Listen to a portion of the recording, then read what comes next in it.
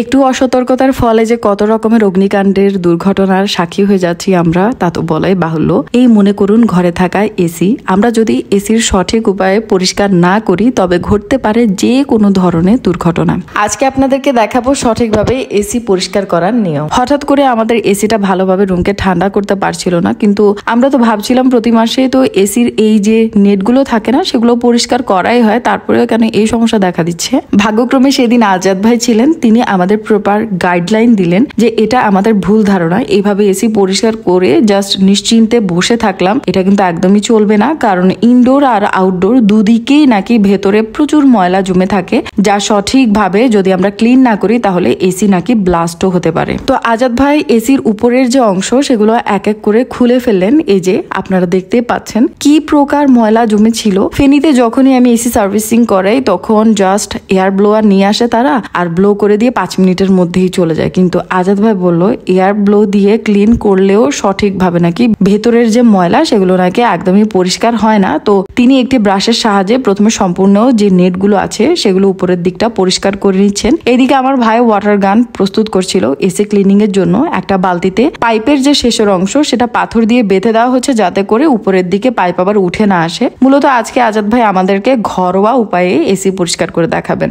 আমার ভাই চেক করে দেখছিল যে পানি ঠিকঠাক ভাবে উঠছে নাকি। যেহেতু পানি দিয়ে ক্লিনিং করা হবে তাই আজাদ ভাই একটা ছাতাকে এসির নিচের দিকে বেঁধে দিয়েছেন, আর উপরের যে মেশিনের অংশ আছে সেটা কাপড় আর প্লাস্টিক দিয়ে ভালোভাবে ঢেকে দিয়েছেন যাতে পানির কোনো ছিটে ফোঁটাও সেখানে না পড়ে। সবকিছু এখন রেডি, এখন জাস্ট হচ্ছে আমাদের ক্লিনিং করার পালা। আপনারা দেখতে পাচ্ছেন ছাতার নিচের যে অংশ সেখানে যে ছিদ্রটা আছে না সেখানে বালতি ধরে রাখা হয়েছে যাতে করে ময়লা যে পানিগুলো আছে সেগুলো বালতির মধ্যে এসে জমা হয়। আর ওয়াটার গান দিয়ে এসি ক্লিনিং এর পরে যে কি পরিমাণ ময়লা বের হচ্ছিল, আমরা ক্লিনিং করে করে বালতির ময়লা পানিগুলো ফেলে আবার নতুন করে ধরছিলাম যাতে আরো ময়লাগুলো এখানে জমা হতে পারে। আজাদ ভাই অনেক প্রফেশনাল, আপনারা হয়তো দেখে বুঝতে পারছেন মাশাআল্লাহ। তো ভিডিওটা আপনারা হয়তো কয়েক মিনিটের মধ্যে দেখে নিচ্ছেন, কিন্তু এটা পরিষ্কার করার যে প্রসেসিংটা ছিল সেটা প্রায় ছিল 2 ঘন্টার মতো। এসি পরিষ্কারের সময় যে পানি ব্যবহার করা হচ্ছিল সেগুলোর মধ্যে কিছু পানি তো বালতির মধ্যে এসে জমা হচ্ছে, আবার আউটডোর দিয়েও কিন্তু পানি বের হয়ে যাচ্ছিল। এবার আমরা ছাদে চলে গেলাম। আজাদ ভাই বললো আউটডোরটাও নাকি পরিষ্কার করতে হবে, কারণ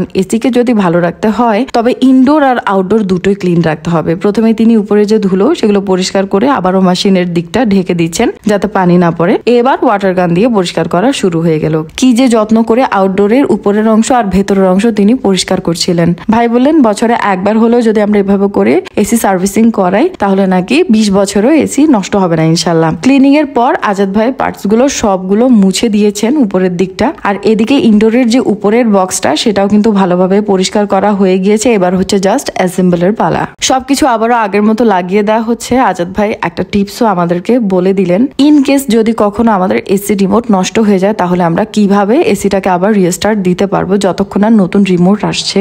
ইমার্জেন্সি একটা সুইচ আছে, কোনো কারণে হাত থেকে পড়ে হোক বা নষ্ট হয়ে যাক রিমোট, তাহলে কভারটা খুলে এখানে জাস্ট একটা কলম বা কোনো কিছু দিয়ে পুশ করলে রিস্টার্ট চালু হয়ে যাবে।